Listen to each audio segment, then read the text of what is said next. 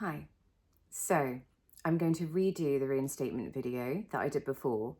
I did it when I was walking and it was just too erratic, and I think it's important to get it across in a clear way. I like doing walking and talking. It's quite meditative. It's a big part of my day, going out and walking my dog, Wicket, and yeah, having some sort of time in nature, really good. Anyway, so I wanted to talk about my reinstatement because for me, my reinstatement has seemed to have, well, in a lot of ways, saved my life. However, I want to explain exactly what happened in my reinstatement story because I think I don't want people to be like, oh, reinstatement's the answer, because it wasn't necessarily. And I mean, anyway, I will share the information and how it happened, and it's interesting in a lot of ways how it worked and why did it work at that moment. Yeah, so I've actually just had a chai which has caffeine in it. It seems to be different to coffee. I still don't drink coffee, but the chai has made me feel a little bit funny, and it's just always that reminder, Emma, because it's so tricky. It's like, before this, I was a real sugar gannet, and sugar is something I really want to kind of stop just in my life completely. I think it's the hardest one, to be honest, in this journey of cutting out all stimulants. So anyway, no more chai. I've just written it down. No more chai. As much as I love it, the body feels too, doesn't make me feel good. So, reinstatement. Basically, I was taking lorazepam for 6 months, 1 milligram, sometimes 1.5, sometimes 2. I didn't know. I thought it was safe. Doctor told me it was completely safe. He even said I could drink wine on it. I drank wine occasionally, not to excessive amounts, 1 glass, 2 glasses at a time, but still not great. So I was on that for 6 months. I declined in that 6 months on the drug because of the drug. I got really bad tremors, insomnia, insane anxiety. Anyway, I come off the lorazepam. The doctor says 2 weeks to come off it, which then obviously blew my nervous system apart, and I went into full benzo withdrawal. In the withdrawal, about sort of 2 weeks later, I go to a benzo specialist, desperate for help.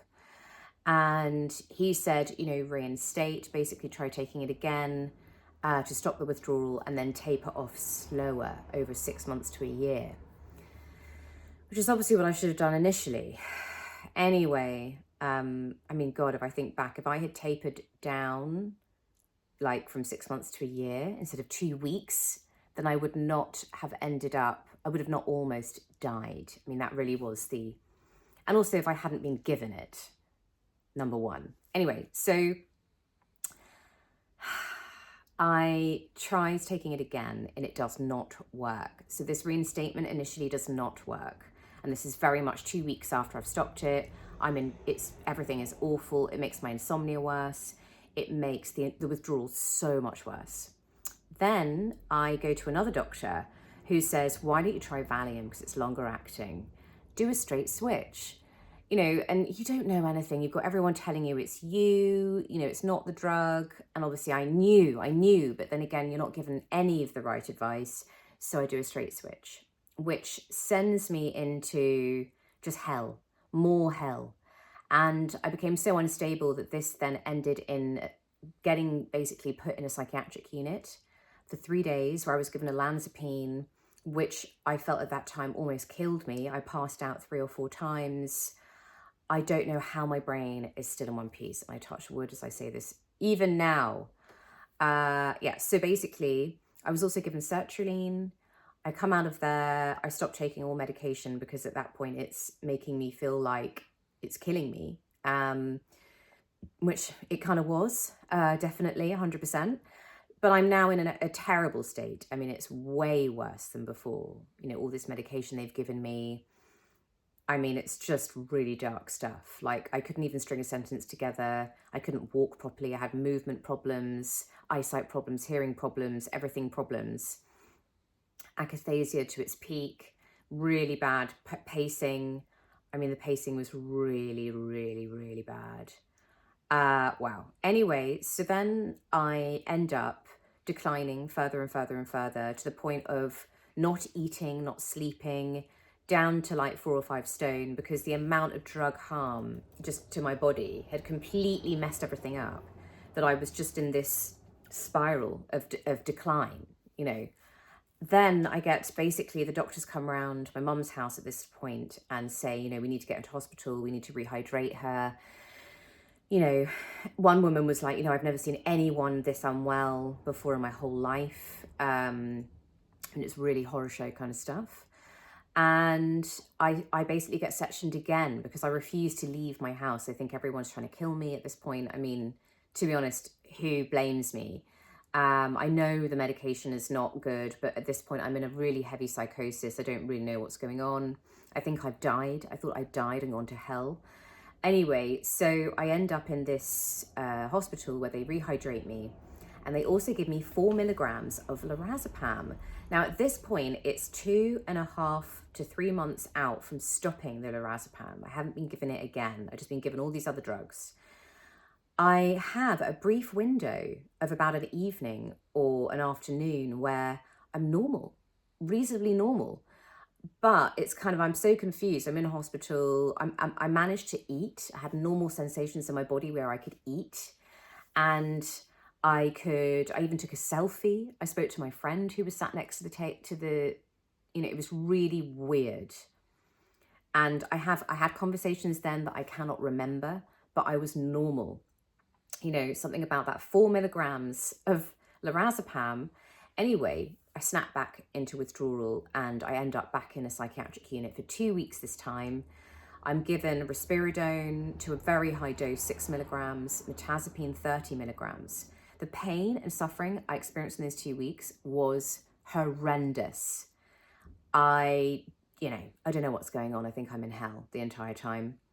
I get discharged. I'm still not better. I've got akathisia and pacing round. I think they just really want to get rid of me at this stage because they're like, what the hell is going on with this girl? I go back to my mum's. I stop taking the risperidone and the mirtazapine because it's not making me feel good when I take it. I feel like I'm dying.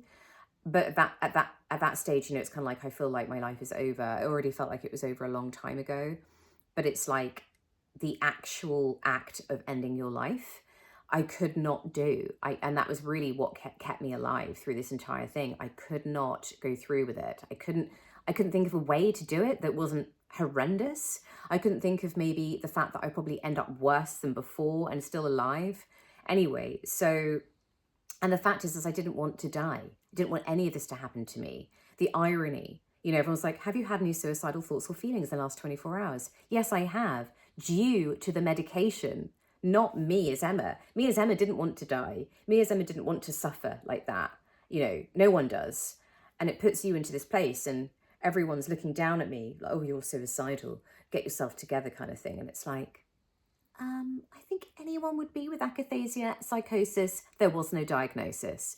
Anyway, so yeah, I'm declining. I come off the risperidone. That sends me into another horrendous drug withdrawal. I'm already in a withdrawal, you know. I lost control of my bowels. I was just a mess, you know, a feral creature, lost all kind of sense of Emma. That goes on. My mom doesn't know what to do. We have doctors coming around the house again. We need to get her back into hospital. Just goes around in a cycle. I get back into a psychiatric unit. Now, this is 6 months out. I am in there for 2 months. They give me quetiapine. This goes up to 400 milligrams. I am on mirtazapine 30 milligrams. Now, at this stage, you know, when you're in there, they force the medication on you. So I'm taking it every day for 2 months. And at this point, every day I'm wondering how I'm going to, you know, how am I going to end my life? It's this loop. It's like, I need to end my life because this isn't going to get better. Can't do it. And then I'm just in this absolute, I mean, it's just hell on earth. So yeah, anyway, that's happening. I eventually get, you know, put out of there because they didn't know what to do with me again. There's no diagnosis. Everyone's like, what the hell is wrong with this girl? It's pretty heavy stuff. Then I'm talking to a guy called Hans, who my dad meets on a boat in the middle of the sea. And at this point, my dad has blocked me. He thinks I'm completely insane. This guy, Hans, is tapering his medication on the sailing boat. My dad's like, what are you doing? What's going on? I mean, he asked, he was interested. And Hans explained, that he'd been kind of harmed by 2 antidepressants and he had to taper off, otherwise he gets really bad symptoms.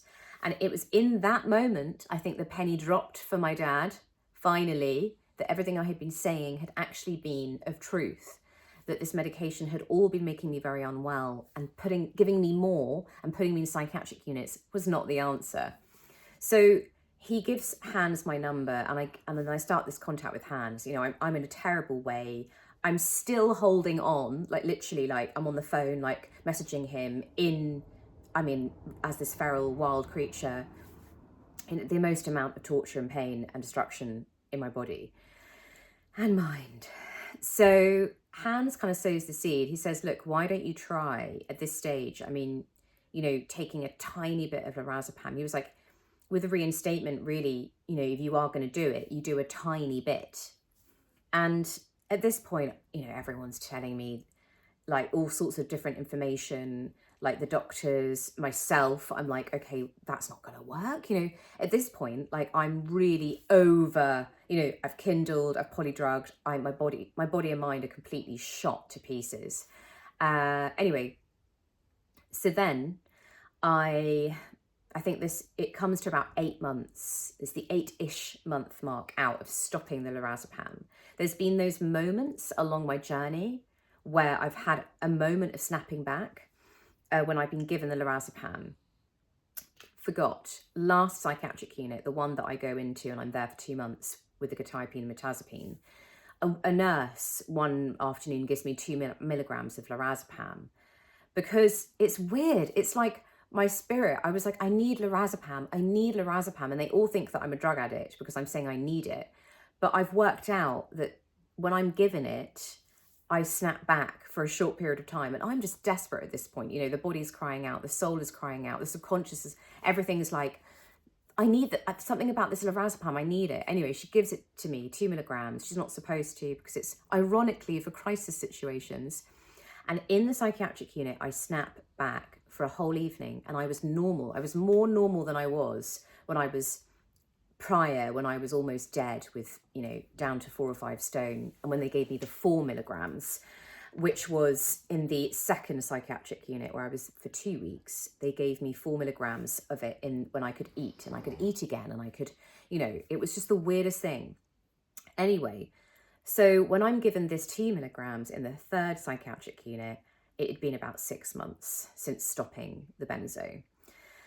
And I've been given all this other medication, but the only thing that was giving me relief, the further out into my withdrawal, was lorazepam, be it for an evening. It was the weirdest thing. I had an evening. I was with a paranoid schizophrenic who I'd made kind of friends with in there, if you could call it a friendship, because I was also just erratic. But even in a psychiatric unit, I was actually attracting males, even in this state. I mean, I love the irony of that. And he was a guy, I think he quite fancied me. And he saw when I took this 2 milligrams of lorazepam that I literally became a normal human. And he said to me, he was like, you're a drug addict. I mean, not great, because I'm not a drug addict, but he had a point. He was like, you're addicted to that drug. Obviously he couldn't quite, it was like, my body is addicted to the drug, not me as Emma.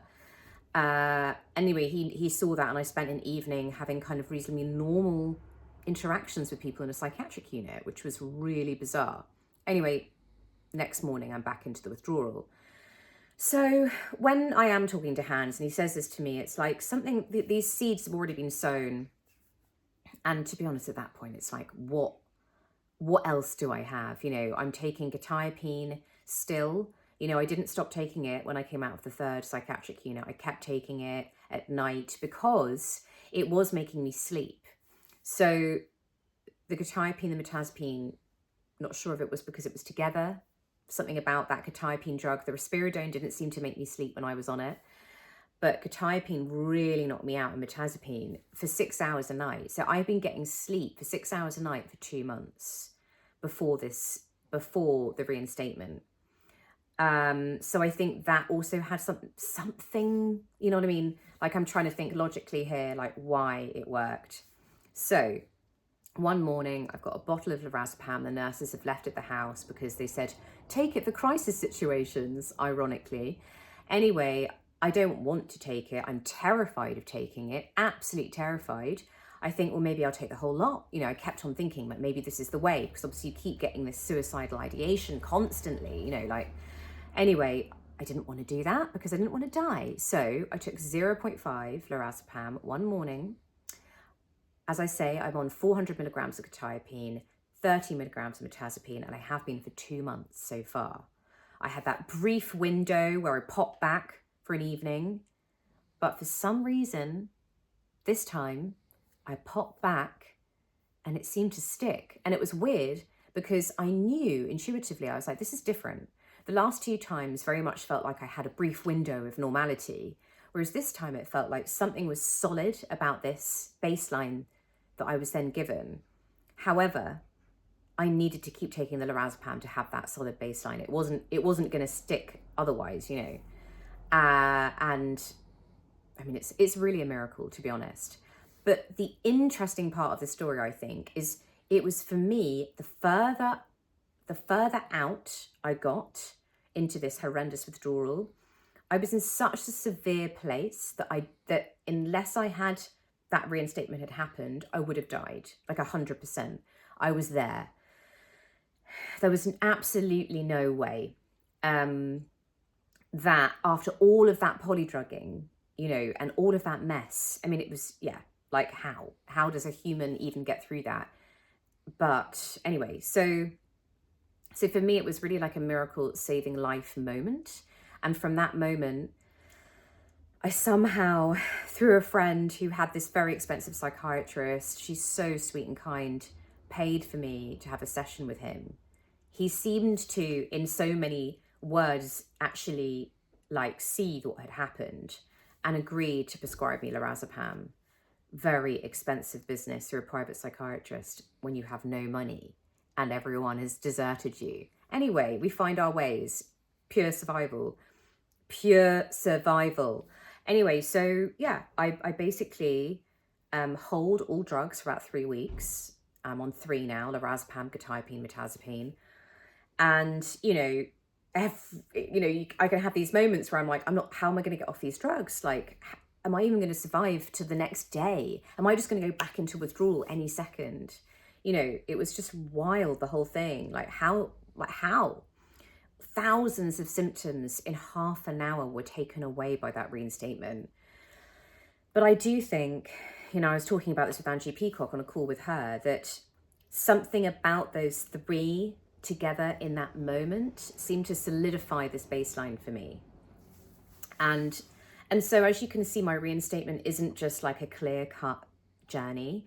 But I do think in my intuition from this experience that a reinstatement of a benzodiazepine might not work initially in the acute phase, literally when your receptors are on fire, but I think it has more of a chance of working further out. And I think if you can get your sleep back as well, I mean, this is the thing. This is why people decline so fast. It's because if you just stop sleeping, your body's not being able to replenish, to heal. And so it's like, that's when the mirtazapine, the quetiapine came in, because they were making me sleep. And so it's kind of like, if I hadn't taken more medication, I would not be here. And so I guess there is that challenge. I'm challenging the forums here in a sense, because if you are like me and you've done everything wrong and you're in a terrible state and you're just declining, and it's literally like, you're gonna, you know what I mean? It's like, what do? You either try and end stuff, which is a horrendous thing to do because you don't want to do that anyway. Or, if you are really in a terrible way, it's kind of like the forums make you take medication off the table, reinstatement off the table, don't do it. And, you know, I have seen people heal when you just, you know, okay, leave everything.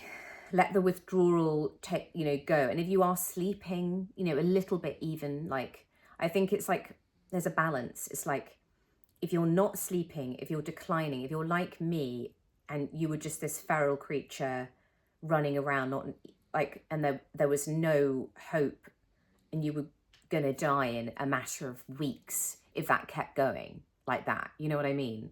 Because I already almost died leaving it. I left it for a month without any meds. And I wasn't eating, I wasn't sleeping, and I literally, my organs, the doctor said if we don't get her into hospital, her organs will pack up and she will die. So, and that was so severe because I had been polydrugged immediately off the benzo. I had that straight switch to Valium, I had kindled, I had been given olanzapine, countless like sedating drugs in those psychiatric units. So remember that mine was so bad because of that. You know, like if you've come off the benzo and you're in benzo withdrawal, it's like, okay, if you're not going to kindle and you're not going to be polydrugged, I have seen that people can, you just wait it out and you get better, you get the windows, you know what I mean? Anyway, I hope that makes sense. But again, it's interesting how that reinstatement worked like that. And yeah, it's just a wild journey. And now I'm this year gonna start the mirtazapine taper, which I'm really nervous about actually, because this one I left till last. It was very difficult to move. After my reinstatement, it was really odd. It was like I had this quite solid baseline where I felt like a normal human. It was very bizarre. But when I went to night and I took this, went to sleep at night, and I took the quetiapine and the mirtazapine at night, and I just had this horrible feeling when I took the quetiapine immediately, when I had that baseline from the reinstatement of just squirming, akathisia. So it was quite clear to me that the first drug I had to start tapering was the quetiapine. So I left it 3 weeks, like I say, but I couldn't actually go on any further. I was like, I need to get this down. Like I wanted to hold more, you know, and just be, but something, yeah, my body was telling me we need to get this 400 milligrams down. And actually, when you're at those higher doses of quetiapine, you can go down. So I went down by 100 again. And then I think I got to 150. And then the psychiatrist helping me at the time was a psychiatrist at the end of the day and didn't understand the harm that medication causes. And he said, I think, you know, just go down another 50 to 100. So that 150 milligram to 100 drop really rocked the boat and was like really, actually, that's absolutely terrifying, because I thought, shit, have I given myself a setback after all of that, after this miracle reinstatement? Am I now, you know, and yeah, it took a good 2 or 3 months before I really stabilized after that. And I actually reinstated 12.5. So I was on 112.5. And that was Hans again. He was saying, you know, if you have gone too far and tapered too much, a very tiny reinstatement can actually soften the blow a bit. And of course, you know, I said to the psychiatrist that I'd done that, and he said, oh, you're not, you know, you shouldn't do that because it meant that I had to cut a pill into pieces, basically, because I had these 50 milligram pills of the quetiapine, and I was on extended release, and you're not supposed to cut extended release pills. And I'd cut the 50 milligram pill to make 12.5. And, you know, Hans is tapering Wellbutrin extended release, and he basically cuts the pill and he separates the pieces throughout the day. So he makes it extended release because he doesn't have the option of changing that form, that pill that he's on. And I very much felt that. I thought, I'm not going to change the quetiapine pill to instant, to liquid. That is going to, you know, how sensitive I was at that moment. So it's interesting, the psychiatrist was like, oh, you shouldn't be cutting an extended release pill, you know, as if I was going to die, and started telling me that I would get a rash all over my body and awful things would start to happen to me, and they never happened. And it's just wild that they're told these things, but they don't actually know. anyway, and I basically successfully, I will end it on this, tapered off the quetiapine, dry cutting all the way down, cutting my extended release pills, be it that I only started cutting those extended release pills when I was at 100, well, 112.5 was me cutting a pill, because I was taking that 12.5, to be fair. So it sort of happened around the kind of 150 milligram to 100 mark where I started actually cutting those. But I only ever cut the 150 milligram pill. And I think that's the trick. You don't want to be cutting 100 milligram pill or a 200 milligram extended release quetiapine pill and then, you know, taking it, because that's all going to be instant, and that's a huge dose. Whereas I think when you get down to 50 milligrams, it's not so much dose going into your system like that. You know, when you cut it, it becomes instant. And I did what Hans did, is when I basically got to 100, I'd kept 150 milligram pill whole, and then I started chipping away at one of the other 50 milligram pills, the only other one, and basically would then separate the chunks over the evening, so it would make it extended release. I wasn't taking that whole amount all in one go. And I did experience some weird things, you know, going to sleep, like feeling, you know, that whole thing, or like falling into the floor. But actually, after about a week of my body getting used to me doing that, that went away. So yeah, I want to talk about that because I know a lot of people on quetiapine really stuck. And I'm going to do a separate video about that, because I could literally talk about this forever. But this is about the reinstatement. And yeah, I just wanted to kind of finalize where I'm at the moment, I guess, is the mirtazapine now, which I'm going to start. Yeah, I did try and move it when I was on the quetiapine and the lorazepam, and it just was the hardest one out of both. The lorazepam and the quetiapine were challenging, but not as challenging as the mirtazapine. So yeah, it scares me because it's very connected to my sleep. And that's why I need to remind myself, no more chai, no more chai. But I do not, you know, I will not take supplements. I will not add anything in this time. I'm going to have to do it naturally. And I'm going to follow the keto diet, which I think has a lot to be said for protein, having protein, and that helping actually sleep and brain healing. So yeah, that's half an hour from me. And this is New Year's Eve. I'm wishing you all a good new year for more healing. You know, I just think it's such a miracle I'm here, and it's so important that I spread this message of, you know, because reinstatement could potentially lead to, well, saving your life. However, it also could not. And it's that whole thing. If you really end up in a bad way, it's like, okay, we're going to have to try some other stuff, and we're going to have to think outside the box of the forums, because a lot of us do end up in a place where we're given all the wrong information. And I think I'm living proof that reinstatement, be it that it was 8 months out of stopping the benzo, I mean, it did something. So yeah, lots of love.